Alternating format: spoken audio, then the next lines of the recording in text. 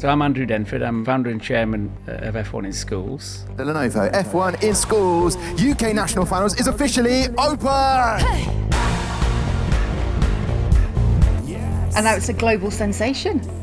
Yeah, it is. It's 62 countries and we've changed thousands and thousands of lives. Yeah. Because they can just go in and show the car, show the portfolios, been to a UK national final or regional and been to a world finals. We've got students that have done the programme, gone back to their countries and gone in with the portfolios and got scholarships. Yeah. It's jaw-dropping really what we've done.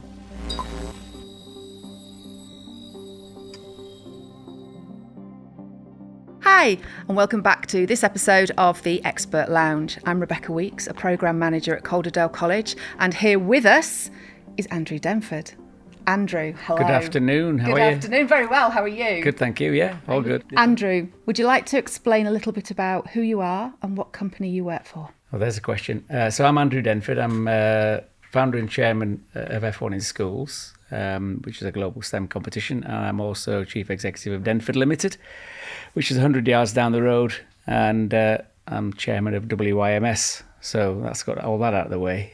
And what is Denford, though? What is that? So Denford was 80 years old last week on the first day of our national final down at Rotherham at the Magnus Science Adventure Centre. So we've been going for 80 years. It was founded by my grandfather, Horace, and he passed away in the early 60s.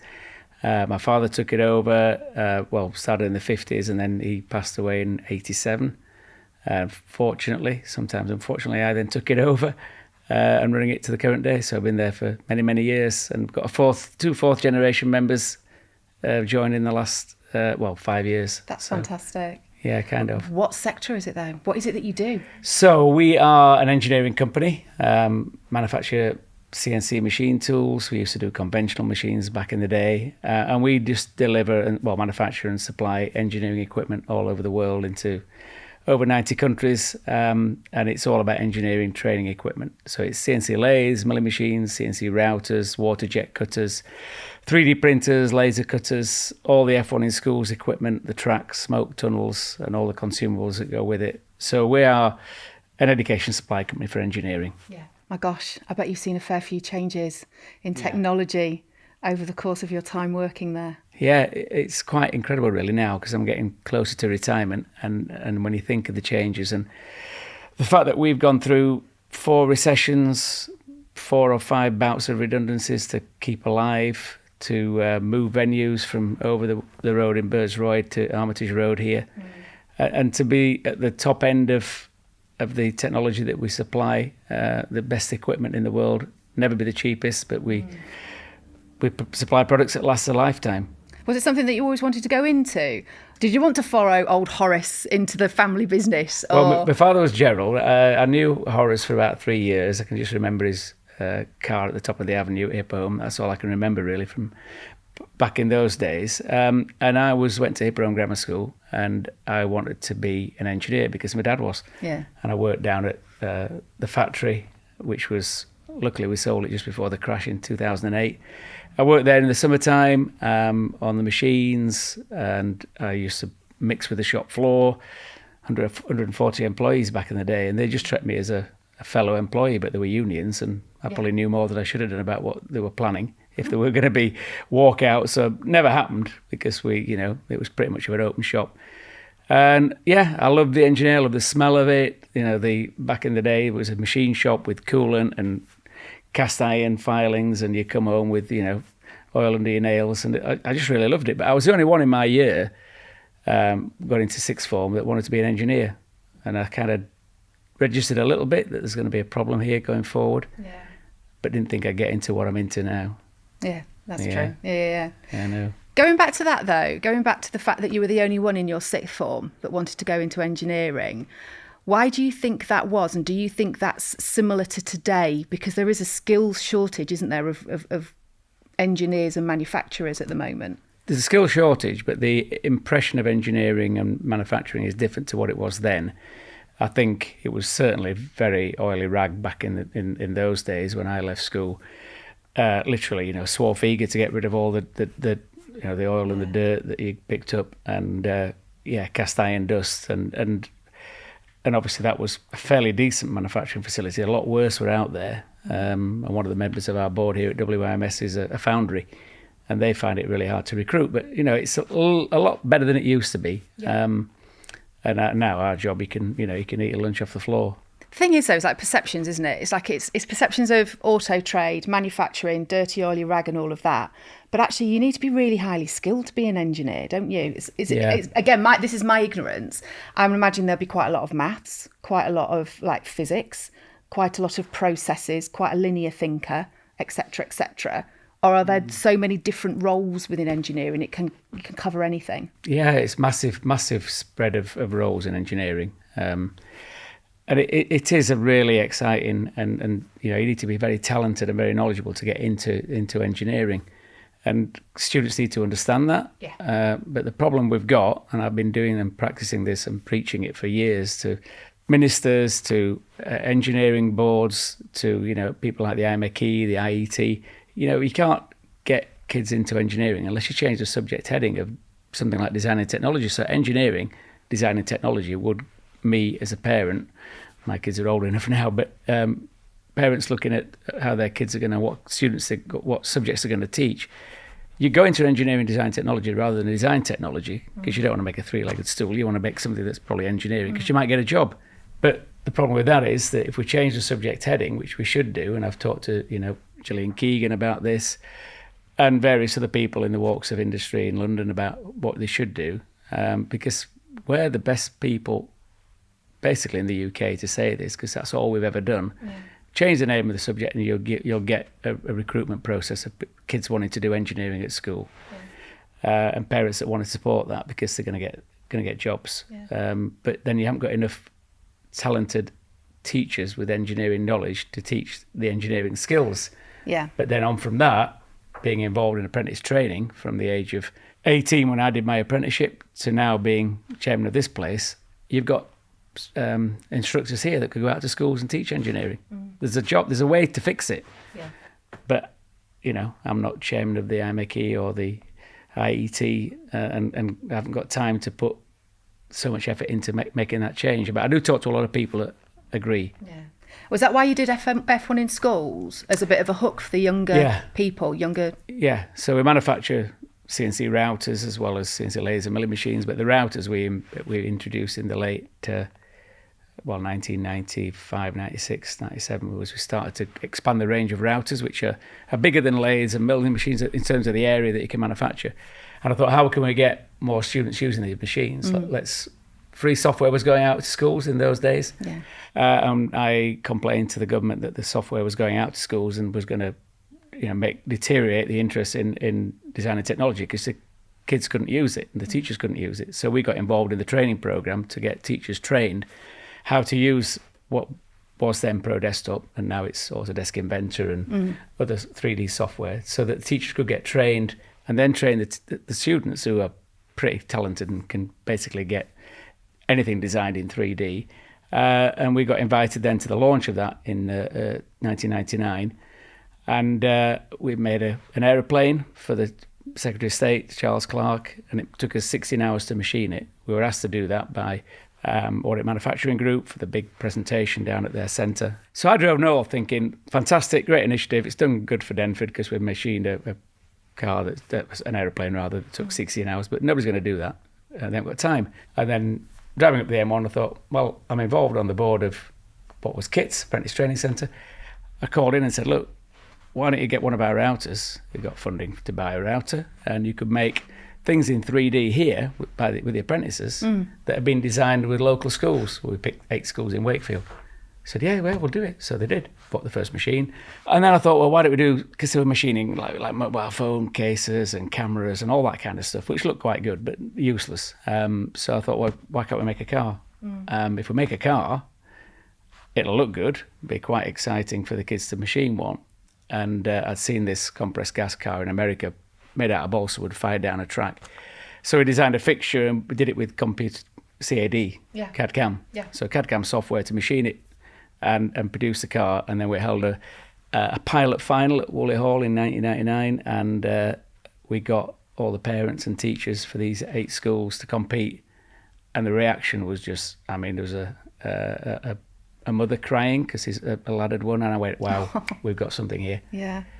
And then I started the bandwagon rolling to get support from anybody and everybody that I could. So I spent a lot of time in London knocking on institution doors and you know, government as well, and got the support of what is now Make UK, EEF, and just straight face-to-face meetings. I need some support, need some cash, need to set it up as a not-for-profit. And then Jaguar came on board and met Mike Beasley.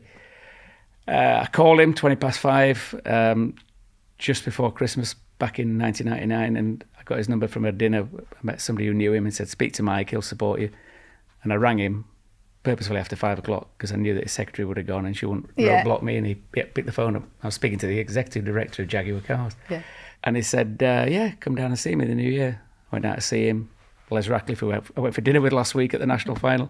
He was there, and he said, what do you want? I said, we need some cash. I said, we can't run this without a project manager. And what do you need? So I said, well, I'll do a business plan. Went back and presented it, £70,000. And they said, yeah, we'll support you. So they'd just entered Formula One for 4 years. Yeah. So it was Jaguar F1 team in schools that we got the logo, the rights to call it that from Formula One. And then 4 years later, because they gave us the cash for 4 years, they pulled out of Formula One, and then I was back to knocking on the door to speak to Bernie Eccleston again. Yeah. And he met with me, we had lunch, and we chatted about the whole thing. And he said, what do you want? I said, one thing I don't want is any of your money, because I thought that would be obvious. And I said, I just need a rebrand. F1 in Schools, a logo. So 3 hours later, showed him a video, and he said, well, I'll call it F1 in Schools. This was a Northern Ireland video. And I said, yeah, that's the problem. Jaguar F1 team in schools this long. Yeah. So got his lawyers in and showed the video again, and he went, right, give him the logo. And they went, how have you done that? You didn't give anybody anything, except, you know, even the logo was the last thing we'd give to anybody. Yeah. And that's it. That was the start of our new life. Fantastic. 20 years ago. And now it's a global sensation. Yeah, it is. It's 62 countries, and it's just this morning talking to Generation Amazing in Qatar, and they want to work with us in Africa in 19 countries. I mean, it's just because we've got little paper cars they can build where you don't have to have power. You can power it with a bicycle pump. Yeah. Yeah, so it's kind of like absorbed my whole life since then, and that's been interesting, exciting, fun. Now we've got to keep it going. So you're quite obviously a very determined individual. You're obviously a very creative individual, and you're obviously a very passionate individual. Did you have any major inspiration when you were younger, going through your career, or anybody like that you've emulated or that you've looked up to? Or I don't really know, to be honest. I know back in the 1940s, my grandfather supplied a machine to Donald Campbell, who did the water speed record.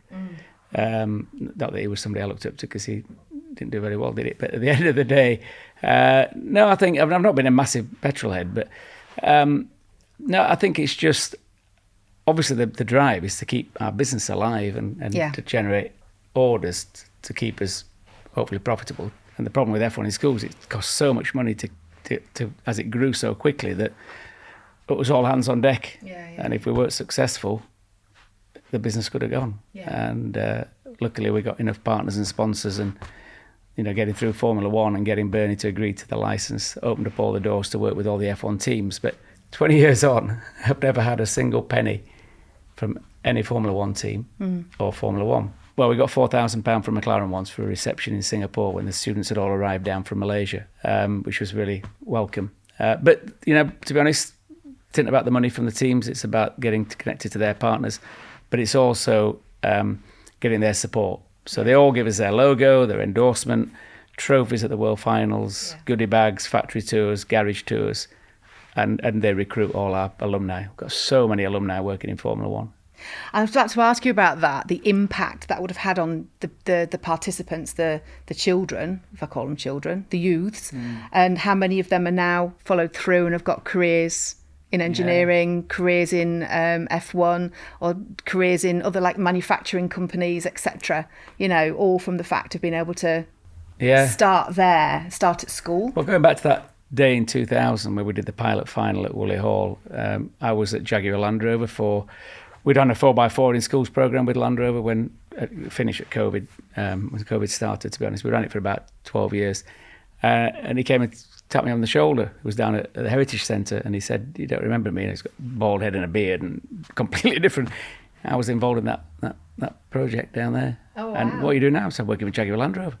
I've got a great job. He's on door closing department or whatever they call it. And that, yeah, God, we changed your life. And then we've changed thousands and thousands of lives. Yeah. Because they can just go in and show the car, show the portfolios, been to a UK national final or regional, and been to a world finals. And so down at the event last week, we had 4 alumni on stage being interviewed by Tom Deacon, our presenter, and twins, both at one at Red Bull, one at Mercedes. 26 years of age now. Went to the world finals in 2014. Got really quite high-profile jobs. We got Lawrence, who was at Rishworth School, got involved with regionals for 3 years, national. Eventually got to a world finals and got headhunted by Williams. He's working at Williams Formula One team. Oh, brilliant. He's 22 now. Just got a scholarship at UCL. And then Matt Mary from Carlisle, who's working at McLaren. And we got hundreds of those. In fact, so many we won't even know where they all are. The only thing I didn't do was do a Simon Cowell agreement where we get 5% of their salary for the rest of the year. We should have been different anyway. No, we just want them to get the jobs and show that we bring that opportunity to them. Yeah. And then more and more, the world has gone crazy at the moment, and Formula One is growing like crazy because of Drive to Survive, and the amount of interest every day. Just today we've been talking to Rwanda and Cambodia, 2 separate Zoom calls. You never thought you'd be talking to those countries about putting F1 in schools in, would you? But they know that if they can't work in F1, they can work at BAE Systems, Airbus, Jaguar Land Rover, or anywhere, You've got students that have done the programme, gone back to their countries and gone in with the portfolios and got scholarships. Yeah. It's absolutely, it's jaw-dropping really what we've done. I think you might need to sound your trumpet a little bit louder. I think we do. This will do that. Yeah. Going to attracting new people into the sector then.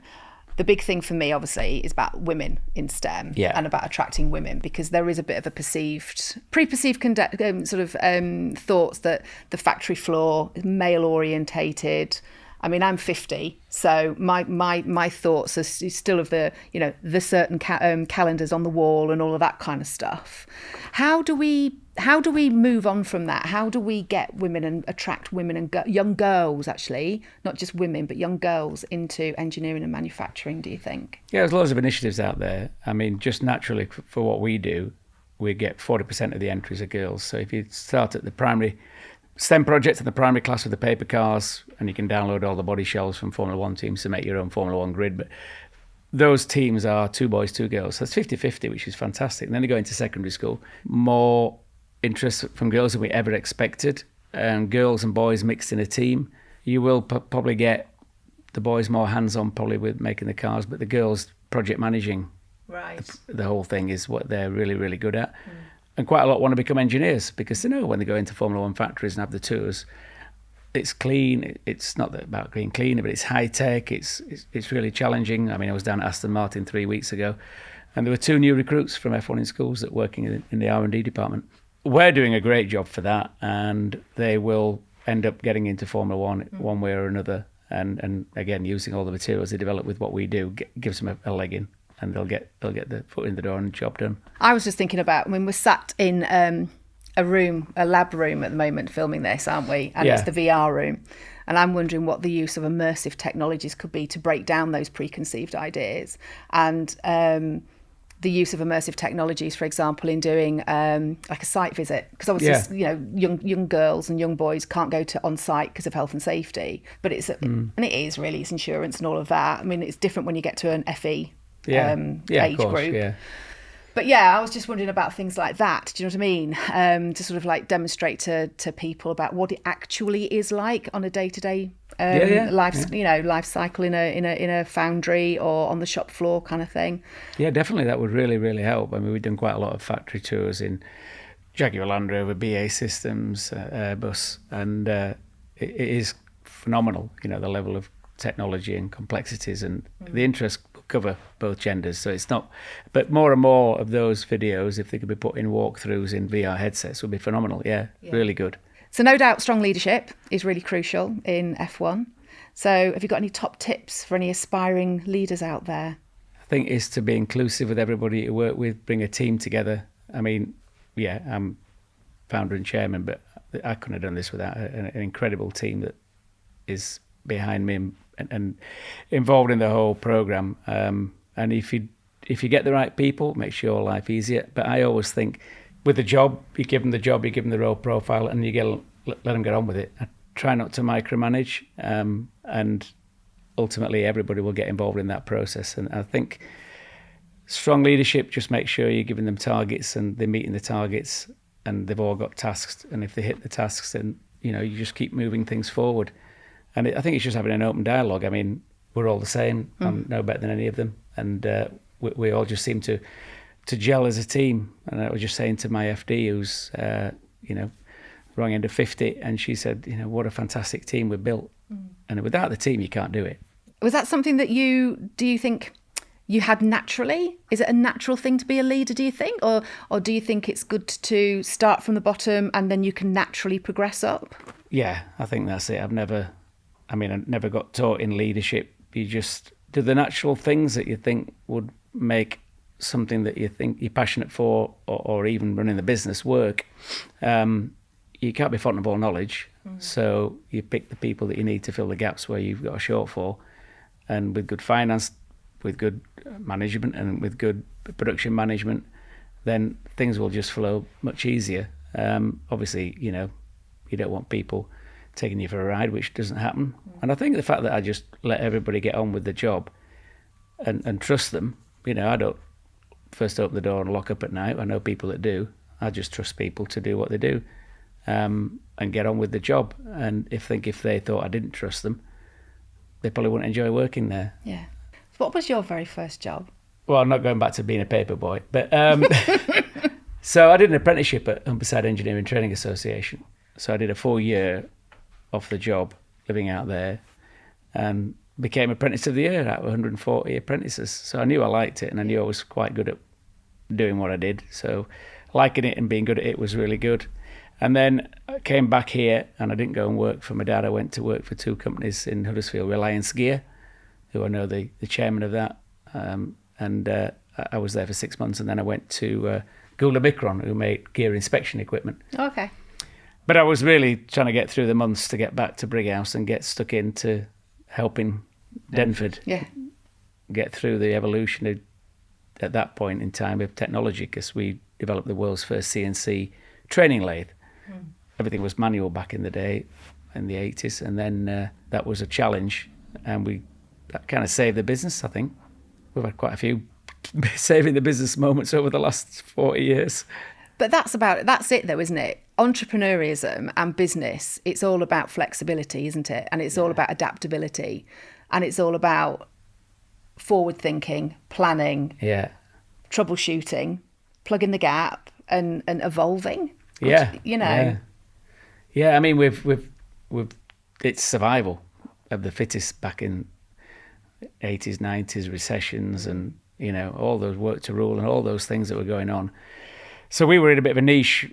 We had a name which is obviously much better known than it was back in the 80s, 90s. Denford Limited, or Denford Machine Tools as it was, evolving into CNC training, and then we did milling machines. And we had to develop machines that weren't available in the marketplace, and there was a need to get students trained on smaller machines and these big machines that go so many meters a second and smash you if you make a mistake. That's expensive errors. So we saw that gap, and then we developed software to support that.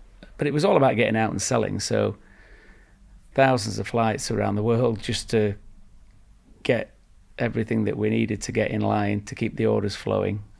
Jack feel like of it's all coming trades. to the end. No, don't be saying that. Don't be saying that. I was just about to say, it's like Jack of all trades, isn't it? You got your sales hat on, you've got your new business hat on, you have to wear lots of different hats when you get to a certain level within a business.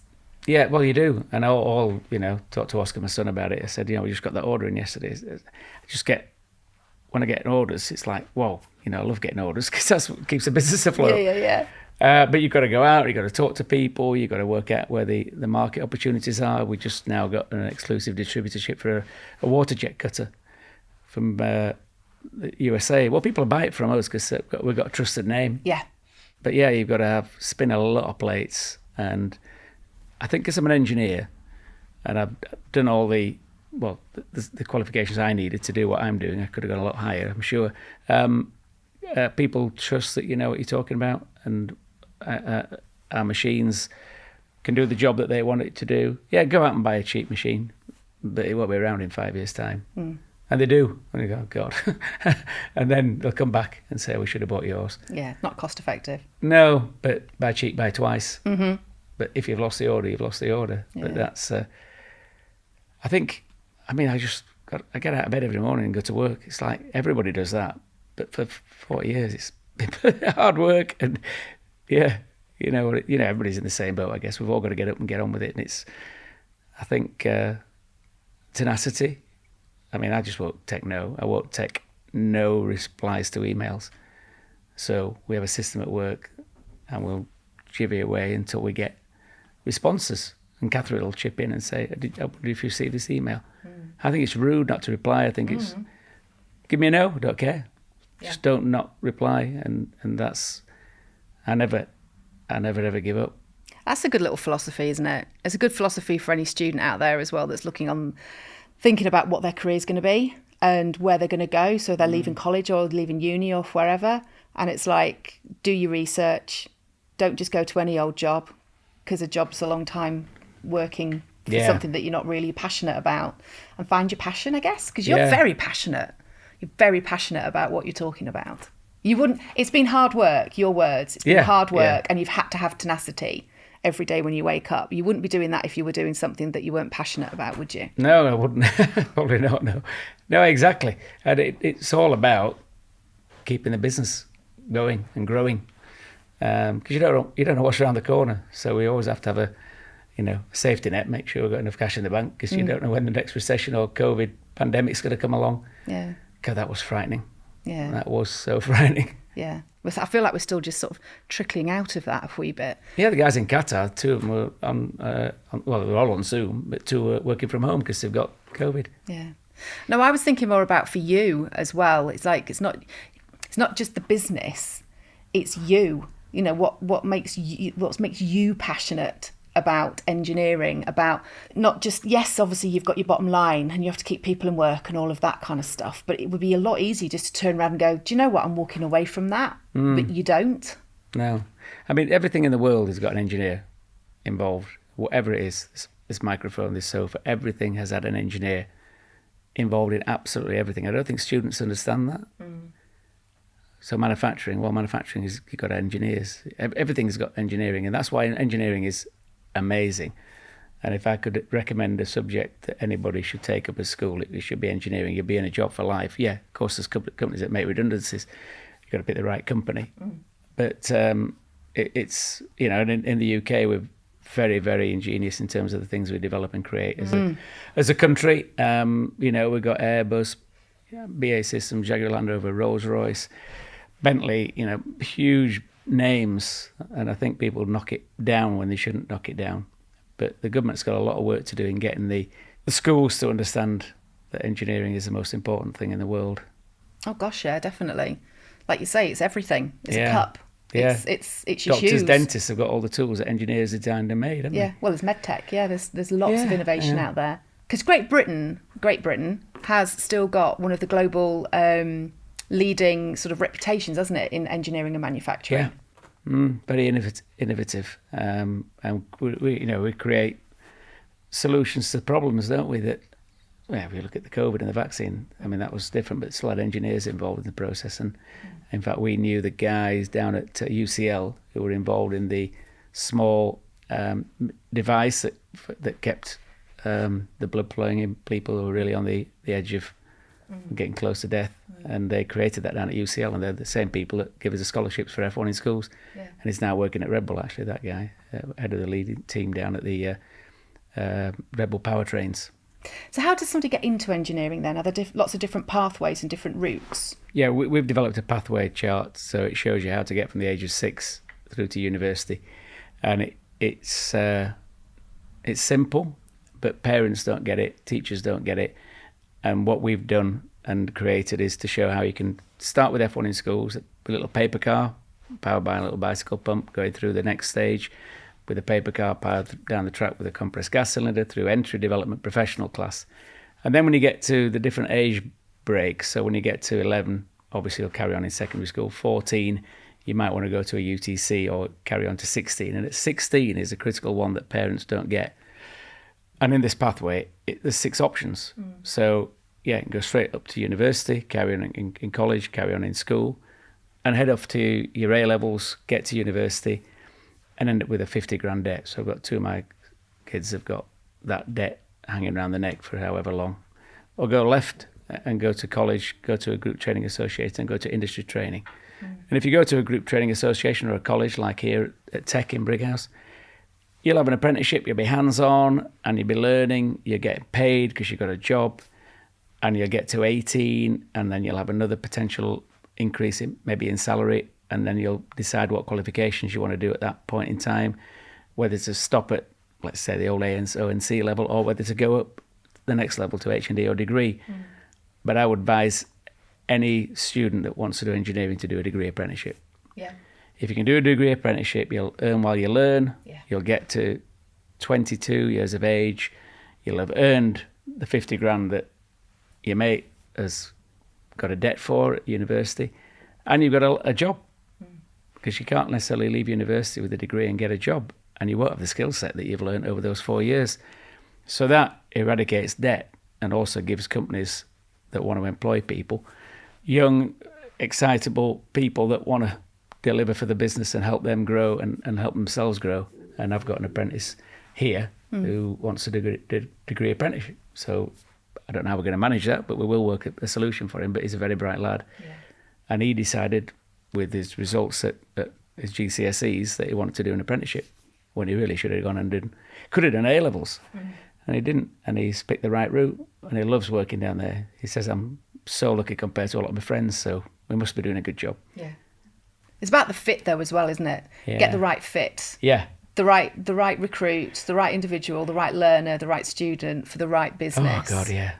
And I guess as well, when they're working on the job and they're also learning on the job, it's that they're there in the thick of it. Yeah. And they're seeing, because, oh my gosh, technology within any sector, but definitely within engineering nowadays, it turns on a sixpence. It's, as soon as you've learned something else is coming in and there's a new innovation coming in, et cetera, et cetera. So if you're there at the beginning of all of that, you see that process through. Yeah, exactly. And he's involved in all different areas of manufacturing in our business. So yeah, it's another asset, and it just shows to show you've got to invest in apprenticeships. Yeah. So that's kind of what a lot of companies do, but a lot of companies just dismiss it and pick up by advertising from the work that other companies have put into those apprenticeships. Yeah. I'm going to ask you a quick question. Go away. The question is, if you could go back in time and send a text to yourself, you and I are of a certain age. There were no such thing as mobile phones when we were this age. However, use your imagination. You're 18 years old. You could send a text to yourself. What would you say? What would I say? I think... I mean, I've got things I've done wrong that I would do differently, but just keep going, keep being determined, never give up, and just keep and being honest and just deliver the right things for whoever you're working for. And I think that's it. I think honesty is the main thing. If you've got that, you've just about got everything, and companies will trust in you. And so, yeah, weird answer, but probably what I would think is the right answer. I don't think it is so weird, because when you were talking earlier on, it's about people trust you. Yeah. The companies trust you, F1 trusts you. Yeah. It's about building trust. Yeah. I always think that business and employment, it's about people. The bottom line's the bottom line, but it's about the people. Yeah, it is. Yeah, 100%. You can't build it without people. And you can't force them all to get on, but, we seem to have a business where a lot of them do get on with each other. And then just following on from that, so if you could give anybody advice about interviewing, what's the advice that you would give people if they've got an interview and they're going for an interview, be that for an apprenticeship, be that with business? What's the best piece of advice you can give for anybody who's going for an interview? Just try and be relaxed. Obviously, you got to dress smart. Firm handshakes are really good, and looking people in the eye, taking big deep breaths, and asking questions that you think are relevant to where you want to be with the job that's being offered. Don't have pre-prescribed questions, and try and just be as amenable as possible. And just the thing I think is just being fairly confident but not overconfident. Yeah. And that's just a difficult fine line. And we've got students that are really unconfident when they start our process, and then they'll come out the other side and they'll be just a changed person after 2 years of doing F1 in schools. Andrew, thank you so much for giving your time today. There'll be a lot of people out there really interested in what you've had to say. Hope so. No, there will be, definitely. And you are an inspiration. And I think it's been lovely to speak with you. So thank you very much. Thank you very much. Thank you for inviting me. No problem.